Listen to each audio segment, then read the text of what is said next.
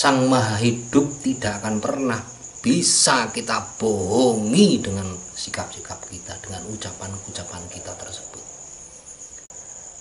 Bersuci dari rasa selain daripada Allah.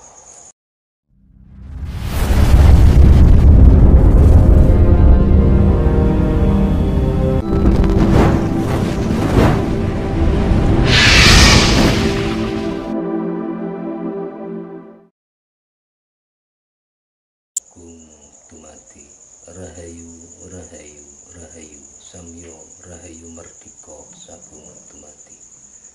Salamun qaulam mir rabbir rahim. Salamun qaulam mir rabbir rahim.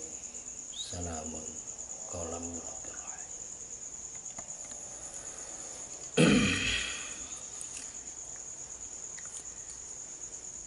Katur dumateng para dulur sedaya, dulur urip napa mawon wujude ingkang wonten saindenge gelar jagat, ingkang katitah wonten ngarcapada, katitah teng alam donya menika.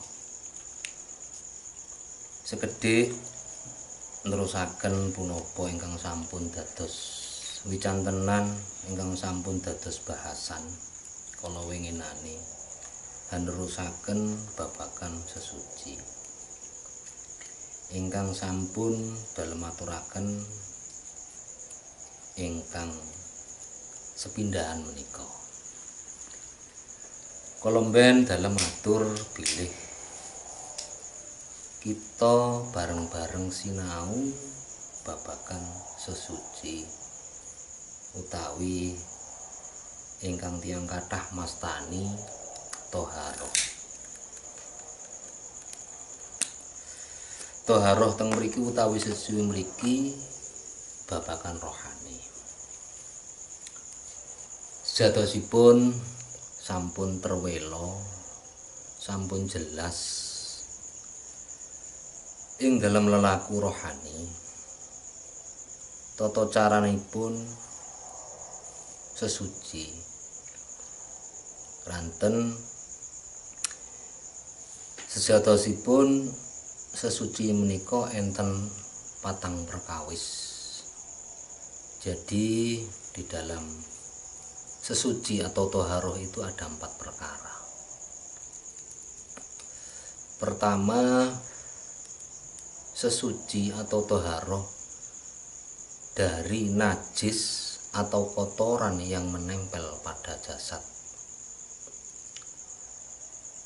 Kedua, kotoran yang menempel pada hati kita atau disebut penyakit hati. Ketiga, sesuci bebersih dari kotornya hati, kotornya rasa dari apapun. Keinginan, kekarepan, kehendak terhadap duniawi. Yang terakhir, yang keempat, bersuci selain hanya yang wujud Allah. Pada keterangan pertama, sesuci yang terkait dengan sucinya jasad, pada episode sebelumnya sudah saya sampaikan, itu sudah sangat jelas dan sudah banyak yang menjelaskan secara ilmu fiqhiyah, ilmu syariah, bagaimana tata cara mensucikan diri dari kotoran atau najis yang menempel dalam jasad ini. Itu sudah diatur, sudah dijelaskan begitu detail dari para ulama ahli ilmu fiqhiyah atau ilmu syariah. Yang kedua, bersuci dari kotoran-kotoran yang menempel pada hati. Pada tahapan yang kedua ini sebenarnya awal kita menuju alam rohaniyah atau alam kesejatian. Karena pada hakikatnya, kalau hanya jasadiah saja yang dibersihkan sebelum melangkah kepada hati, kotoran hati, kita itu masih berproses yang panjang untuk menuju jalannya Allah. Karena yang berhubungan dengan Allah bukan sekedar jasadiah, tapi hati kita, kebersihan hati kita, kebersihan dari penyakit-penyakit hati kita yang menuntun kita menuju jalan kepada Allah.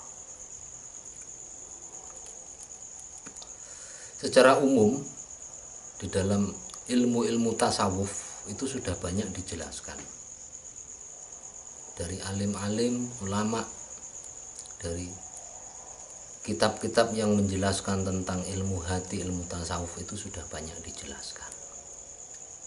Maka dalam konteks ini saya tidak akan banyak menjelaskan, akan melangkah kepada tahapan yang ketiga, bersuci dari rasa selain daripada Allah.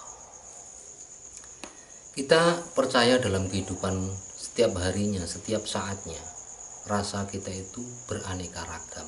Secara jasadiah ada rasa pahit, manis, perih, sakit, nikmat, dan macam-macam. Itu rasa-rasa jasadiah. Tapi dalam konteks ini saya akan bicara rasa-rasa, bagaimana bersih dari rasa-rasa tersebut.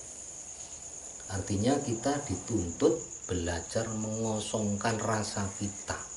Karena pada tahapan yang ketiga ini, manusia itu kadang-kadang secara jasadiah, secara rohaniah menyatakan diri dengan perilaku, walaupun dengan tidak, dengan ucapan, menyatakan dengan bermeditasi, bertafakur, berzikir. Tapi rasa hati itu bukan menuju Allah, akan tetapi menuju kehendak-kehendak yang larinya kepada kebutuhan jasadiah, kebutuhan materi, kebutuhan material yang terkait dengan jasadiah. Padahal ini yang menjadi penghalang menuju hadirat Allah atau hadirnya Allah. Rasa Allahnya itu akan menjadi hilang karena belum bening. Kalau bahasa Jawa, langkah pertama kudu meneng, kudu diam. Dalam konteks ini rasa kita itu yang diam.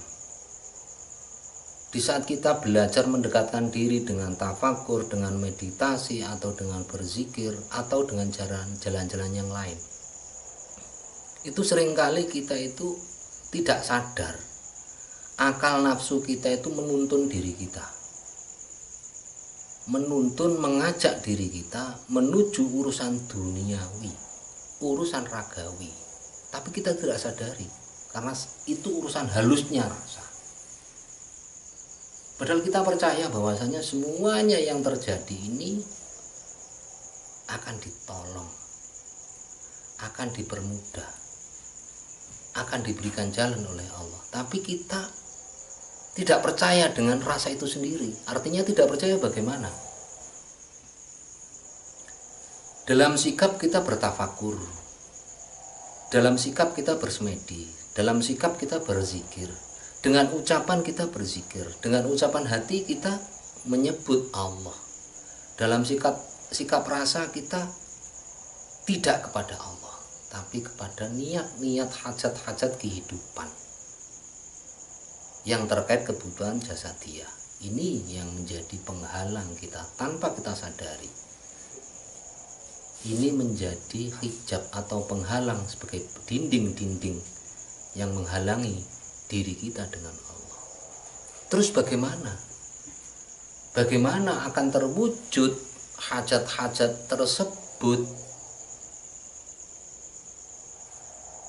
Kita yakin, semuanya yakin, Allah yang memberikan jalan, Allah yang memberikan hajat tersebut. Tapi kita singkur, bahasane wong Jawa, kita singkur, kita punggungi Allah dengan hajat itu sendiri. Padahal logikanya kalau kita itu mau menghadap seorang raja yang wujudnya manusia,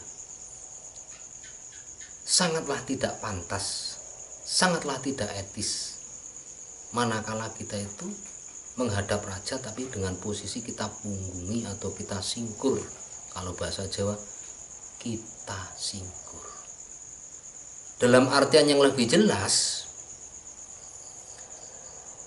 lisani berzikir kepada Allah dengan sikap tafakur, dengan sikap semedi. Cobalah kita berpasrah diri dengan setotal-totalnya. Hajat, kehendak tentang duniawi kita lepas. Itu namanya bersuci. Lepas dari beban apapun, lepas dari keinginan apapun, lepas dari hajat apapun,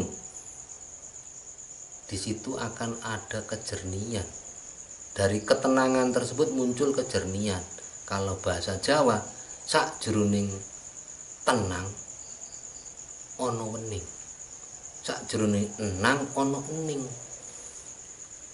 Tenang jasadiyah, tenang rohaniyah, wening jasadiyah, wening rohaniyah.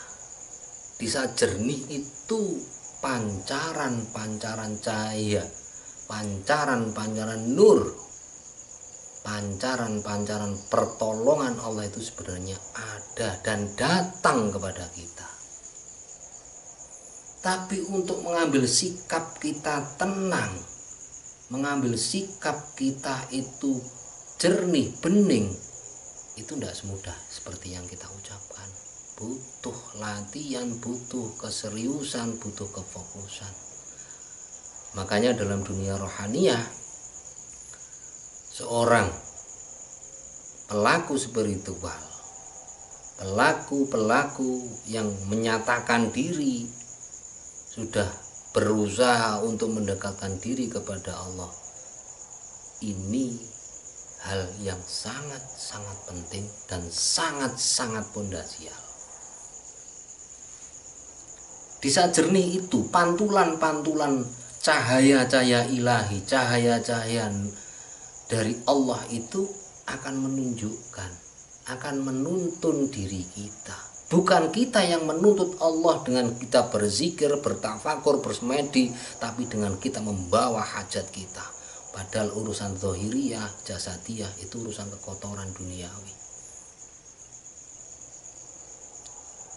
Tapi kita tidak sadari. Orang lain bisa kita tipu, khalayak bisa kita tipu dengan sikap, dengan ucapan kita. Tapi Allah tidak akan pernah, Sang Maha Hidup tidak akan pernah bisa kita bohongi dengan sikap-sikap kita, dengan ucapan-ucapan kita tersebut.